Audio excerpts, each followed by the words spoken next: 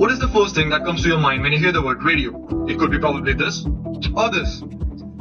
As you know, this video is all about acknowledging you about the working of a radio, so let's get to the point. Before talking about the radio's receiver circuit, let us brief you about how the information travels to the receiver. FM or frequency modulation is a technique of encoding a signal or information that is the modulating wave by carrier wave by varying the instantaneous frequency. The frequency deviation in the modulated wave's frequency with respect to the original carrier wave's frequency is directly proportional to the signal to be transmitted. Frequency modulated waves have a greater signal to noise ratio than amplitude modulated waves, therefore are used for voice and audio transmission, that is, in radios.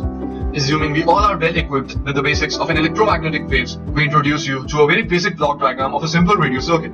First, we have an antenna.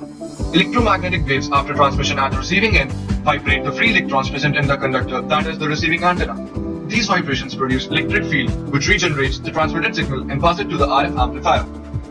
Then comes the RF filter and amplifier. The role of RF filter can be divided into two parts. The signals present in the transmission medium form a very broad spectrum. So firstly, the RF filter rejects the other signals and gives a relatively small spectrum with approximate bandwidth equal to twice the intermediate frequency around the desired or resonant frequency, or in layman terms, it tunes the signal a little. The selectivity here is not very high. The role played by the RF amplifier is to amplify the received weak signals for further processing, and it is designed in such a way so as to minimize the noise amplification. Mixer and local oscillator. Mixer has two input ports. The amplified and slightly tuned signal from the RF amplifier enters one port of the mixer and a wave from local oscillator to another port. The mixer produces signals comprising the sum and the difference of the input frequencies, and this process is known as heterodyning. Heterodyning produces a constant frequency signal known as an intermediate frequency, which makes it easier for further processing. RF amplifier and filter. This stage contains most of the amplification in the receiver as well as the filtering that enables signals on one frequency to be separated from those on the next. Filters may consist simply of LC-tuned transformers, or they may be of much higher performance ceramic or even crystal filters. Next comes the demodulator or detector stage. Demodulation is extracting the original information bearing signal from a modulated carrier wave. After getting filtered from the IF stage, the received signal needs to be demodulated to harness the information from it.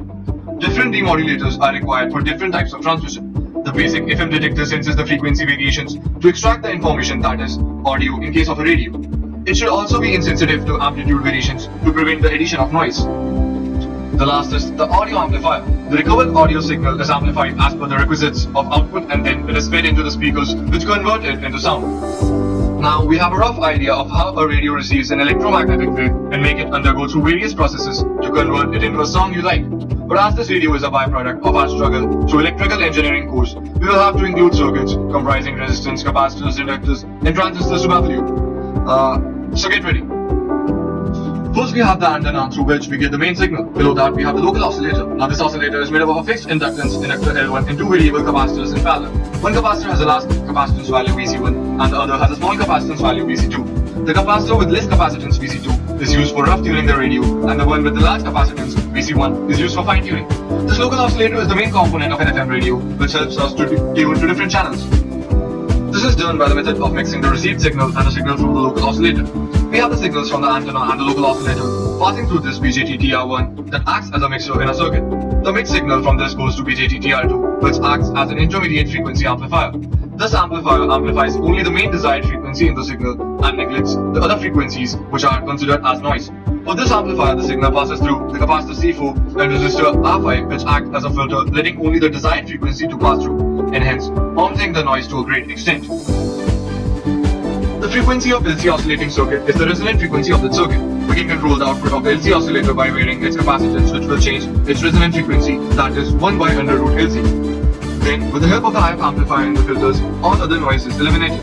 Suppose you have to put up a channel at frequency equal to 93.5 MHz. So when you turn up the knob to 93.5 MHz marking, you are actually varying the capacitance of the LC oscillator circuit, that is, altering its resonant frequency. And as you alter the resonant frequency of the LC oscillator and the value of intermediate frequency being fixed, you get the output after filtering, which was modulated on a carrier wave broadcasted at 93.5 MHz. So this is the resonant frequency, and there exists a bandwidth of about 200 kHz. The existence of this bandwidth is the reason why a person can hear fainted noise of the channel even at 93.4 MHz and 93.6 MHz also.